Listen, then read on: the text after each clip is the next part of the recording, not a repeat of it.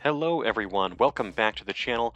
Today I'm going to be showing my two favorite champions to use for the tagged champions in the Day 3 objectives for the Alliance Coliseum Arcade boss. My first attempt here is with my rank 4 Imperiosa. I'm very excited to show you all this fight here. Imperiosa is a relatively new rank 4 for me. I'm enjoying learning their kit, but I feel like I haven't really had a chance to really let them open up in a fight yet. So I was really excited for this opportunity. I think I got a lot better at using Imperiosa over the course of the day, and just excited to continue using this champion going forward in the Rampant Evolution mode and trying to find other places to use them as well. With Imperiosa, you want to try to build up to your SP3, and then you want to... Oh, sorry about that. I had to quick cut out a little clip of the video because I got a text message. But with Imperiosa, you want to build up to your SP3, and then that's going to place a corrosion debuff on the opponent. Your SP1 is going to refresh the duration of your corrosions, and so if you can, you want to try to continue building up to your SP3 to get additional corrosions, up to 3 of them, and then you can keep maintaining them with your SP1.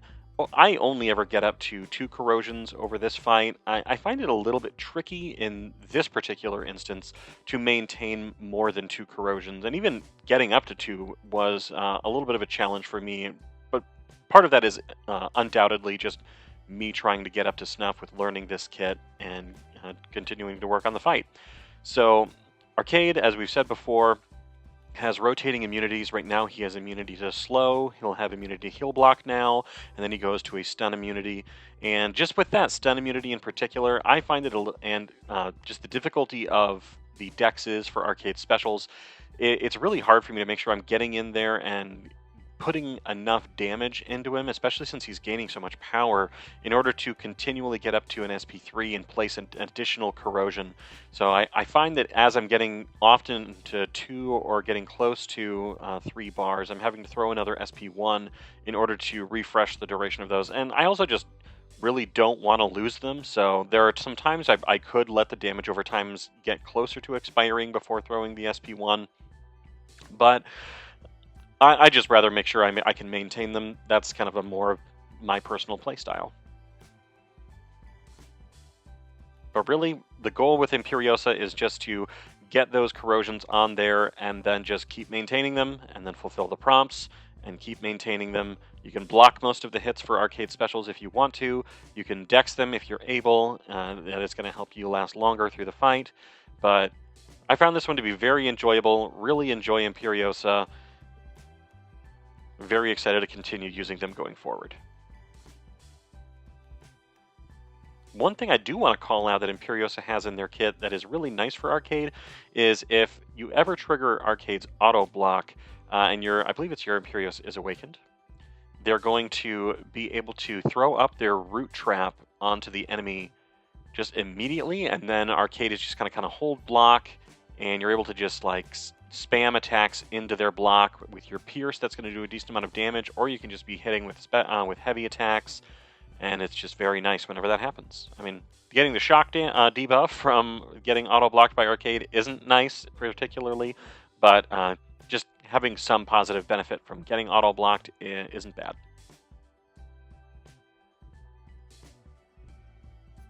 And I just double-checked, yeah, that is part of Imperiosa's awakened ability. It says, when Imperiosa is auto-blocked, they trigger their Synthect trap directly under the opponent for 3 seconds. And it also, as well as each Synthect passive. Okay. Now, for my second attempt here, I'm going to be showing Vox. Vox is just tailor-made for fighting Arcade. Vox is poison immune. The SP1 gives a Undermine buff, and then once that buff expires, it's going to turn into a corrupted Undermine buff that can just last through the rest of the fight. And so really the goal with Vox is just try to build up your buffs. Your medium buffs are going to give you Furies. Your medium attacks are going to give you Furies. Your light attacks are going to give you Cruelties. And your Dexes are going to give you stackable Precisions. So you want to build up your buffs as much as possible, and then throw your SP1. That's going to convert all of your buffs, except for that Undermine buff, into Degeneration debuffs that are going to go on your opponent. As those debuffs tick on the opponent, they get stronger and stronger and stronger. So ideally speaking, you want to try to let those debuffs be on the opponent until they're just about to expire, and then throw an additional SP1 that while the debuffs are paused during your special attacks, and then at the end of those attacks, the debuffs all get consumed off of Vox and get brought back over to our, not off Vox, they get consumed off of Arcade and are brought back over to Vox as intensify buffs. And then you can build up more of your buffs, throw them back out again as another SP1, and the damage is going to be even larger and larger. And again, you want to try, if you can, you want to try to throw another SP1 when the debuffs are getting close to expiring. I just, unfortunately, do not get it right there. So I'm going to have to build back up my buffs and then get things going again. So here I just wanted to get some additional degens going and get started building up the process all over. It can be a little bit of a tricky thing. The timing can be tough. My Vox here is rank 3. I mean, I'm sure it would be going better and faster if he was rank 4. I'd like to take Vox up to rank 4, probably at some point this year.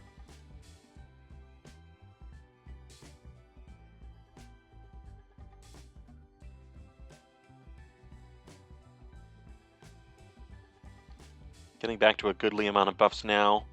I'm going to want to throw the SP1 here after dexing that SP2.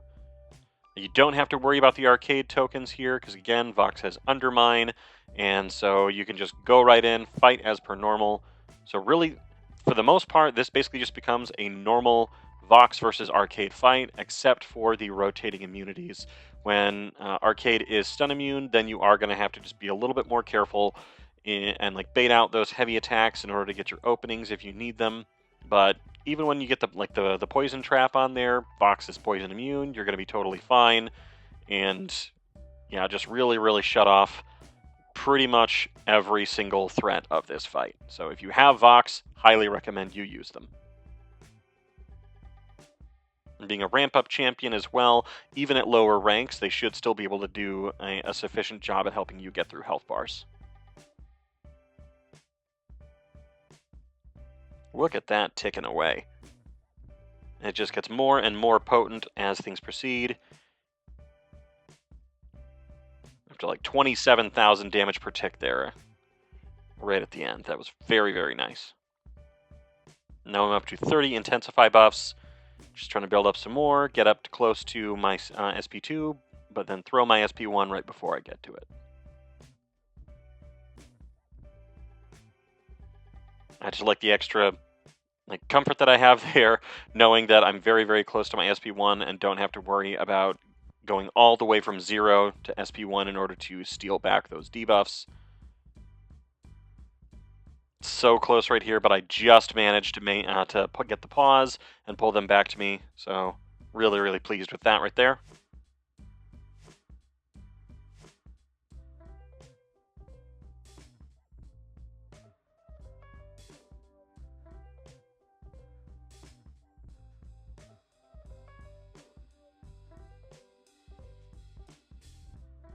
Now 47 degen debuffs here.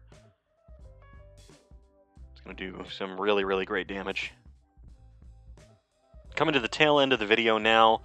Just want to thank everyone for watching the video. Please give it a like. Please leave a comment. Please subscribe to the video, or please subscribe to the channel if you have not yet. I would really appreciate it. Thank you so much for watching. I hope you all take care. I will see you next time.